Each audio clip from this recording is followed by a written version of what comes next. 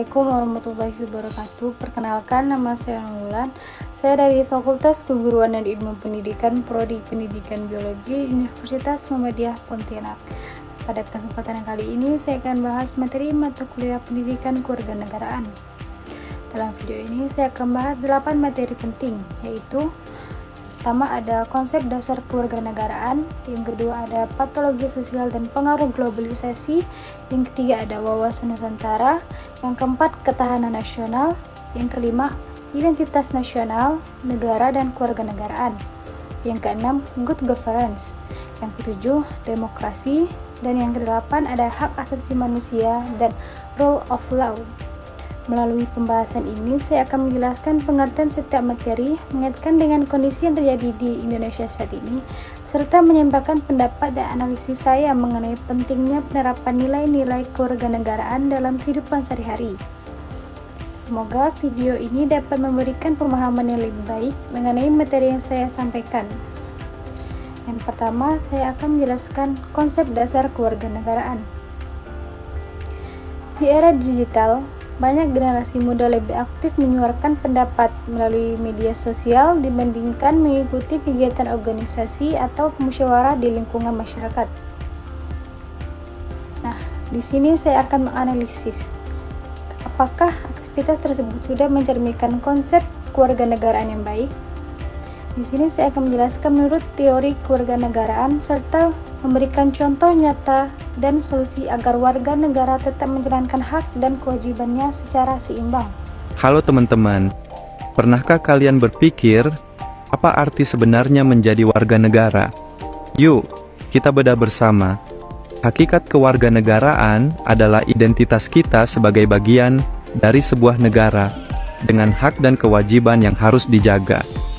Memahaminya sangat penting untuk kita berperan aktif dalam demokrasi dan bertanggung jawab sebagai warga global.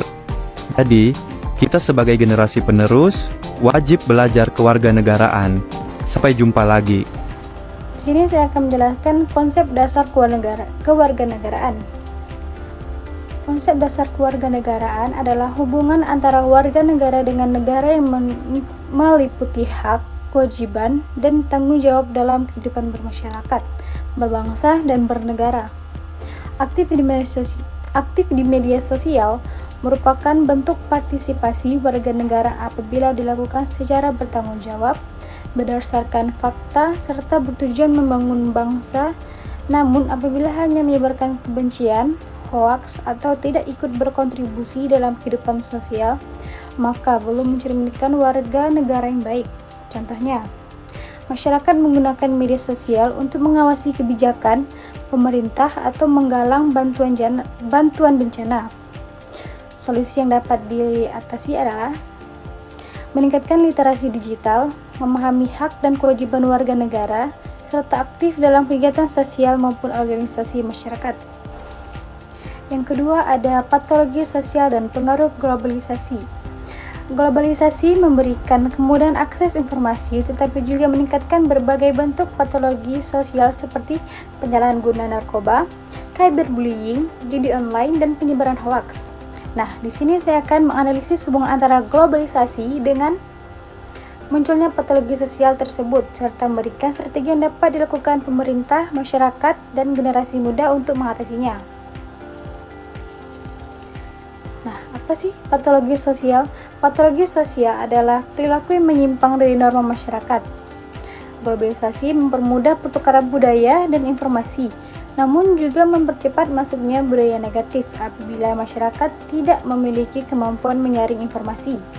Contohnya adalah meningkatkan cyberbullying, perjudian online, serta penyalahgunaan media sosial. Pemerintah harus memperkuat regulasi dan menegakkan hukum. Sekolah meningkatkan pendidikan karakter dan literasi digital, sedangkan masyarakat serta keluarga melakukan pengawasan terhadap penggunaan internet. Selanjutnya yang ketiga ada wawasan Nusantara. Indonesia memiliki keberagaman suku, budaya, agama, dan bahasa. Namun, media sosial sering memunculkan konflik identitas dan perpecahan. Nah, bagaimana sih penerapan wawasan Nusantara dapat menjadi solusi dan menjaga persatuan bangsa di tengah perkembangan teknologi digital? Nah, di sini saya akan memberikan contoh nyatanya. Di sini saya akan menjelaskan apa sih wawasan Nusantara itu. Wawasan Nusantara adalah cara pandang bangsa Indonesia yang menempatkan persatuan sebagai prioritas utama. Melalui wawasan Nusantara, masyarakat diajarkan menghargai keberagaman dan mengutamakan kepentingan nasional. Nah, contohnya adalah penyalahgunaan media sosial untuk memperkenalkan budaya daerah, kampanye, toleransi, serta melawan ujaran kebencian. Dengan demikian, perkembangan teknologi justru dapat menjadi alat memperkuat persatuan bangsa. Yang keempat ada ketahanan nasional. Ancaman terhadap Indonesia saat ini tidak hanya berupa perang militer, tetapi juga ancaman ekonomi, ideologi, lingkungan, dan keamanan siber. Nah, di sini saya akan menjelaskan menurut pendapat saya ancaman mana yang paling berbahaya bagi Indonesia saat ini, serta alasan dan solusi untuk memperkuat ketahanan nasional. Nah, apa sih ketahanan nasional? Ketahanan nasional adalah kemampuan bangsa menghadap ancaman agar tujuan nasional tetap tercapai. Ancaman yang paling berbahaya saat ini adalah serangan informasi dan keamanan siber karena dapat mempengaruhi opini masyarakat, keamanan data, serta stabilitas negara.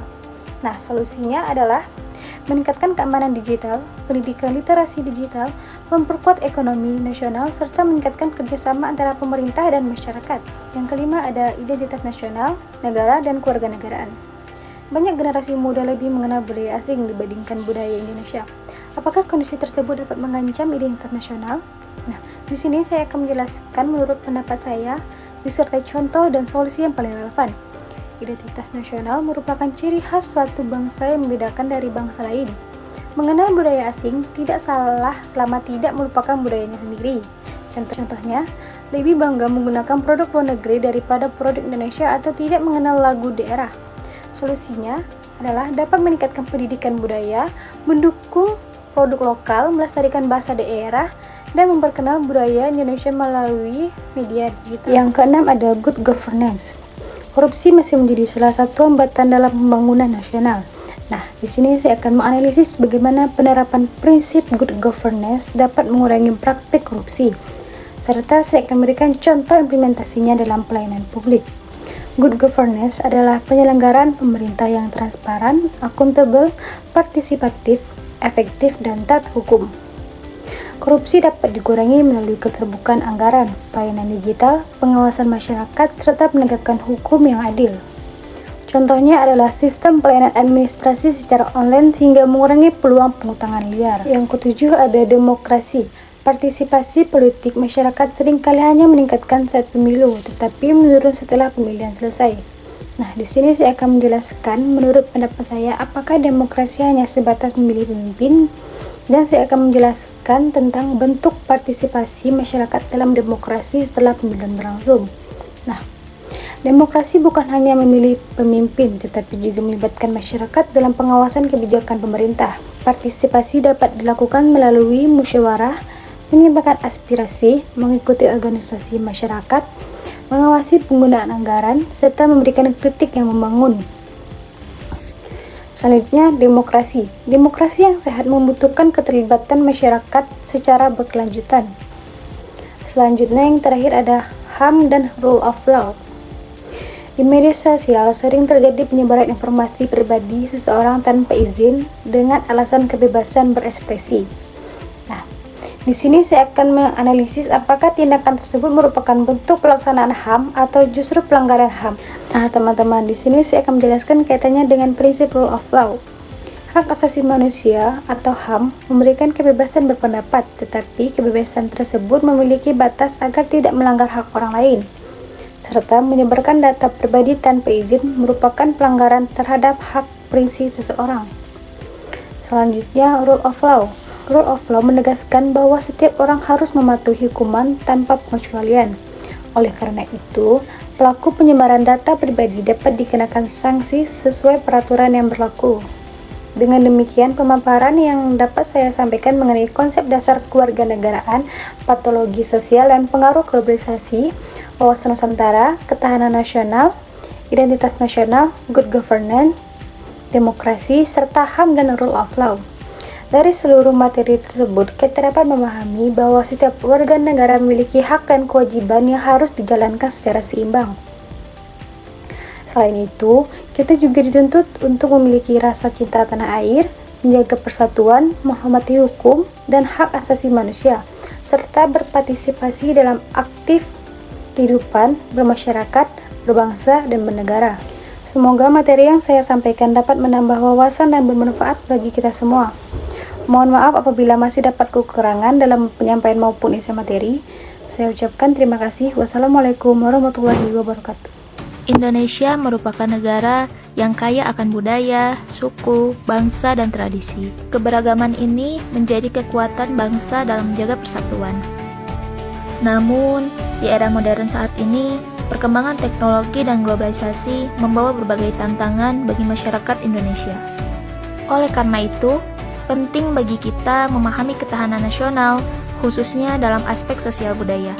Ketahanan nasional adalah kondisi bangsa yang mampu menghadapi berbagai ancaman, tantangan, hambatan, dan gangguan baik yang datang dari dalam maupun luar negeri. Ketahanan nasional mencakup berbagai aspek kehidupan. Salah satunya adalah aspek budaya yang berkaitan dengan kehidupan masyarakat, nilai, dan budaya bangsa. Ketahanan sosial budaya menunjukkan kemampuan masyarakat dalam menjaga nilai-nilai budaya, persatuan, serta kehidupan sosial yang harmonis. Indonesia juga memiliki berbagai budaya daerah yang menjadi identitas bangsa. Namun, perubahan zaman membuat masyarakat harus mampu menyesuaikan diri tanpa kehilangan jati diri bangsa. Saat ini, teknologi dan media sosial membawa pengaruh besar dalam kehidupan masyarakat. Budaya asing mudah masuk dan seringkali lebih cepat diterima oleh generasi muda dibanding budaya lokal. Selain itu, perbedaan pendapat di media sosial kadang memicu konflik dan perpecahan di masyarakat. Jika kondisi ini terus terjadi, maka persatuan bangsa dapat melemah. Apabila ketahanan sosial budaya tidak dijaga, masyarakat bisa kehilangan rasa persatuan dan kebanggaan terhadap budaya sendiri. Generasi muda bisa semakin jauh dari budaya daerahnya, dan konflik sosial dapat lebih mudah terjadi. Hal ini tentu dapat mengganggu stabilitas kehidupan masyarakat dan persatuan bangsa. Nah, beberapa strategi dapat dilakukan untuk menjaga ketahanan sosial budaya. Di antaranya adalah menumbuhkan rasa cinta terhadap budaya lokal melalui pendidikan dan kegiatan budaya.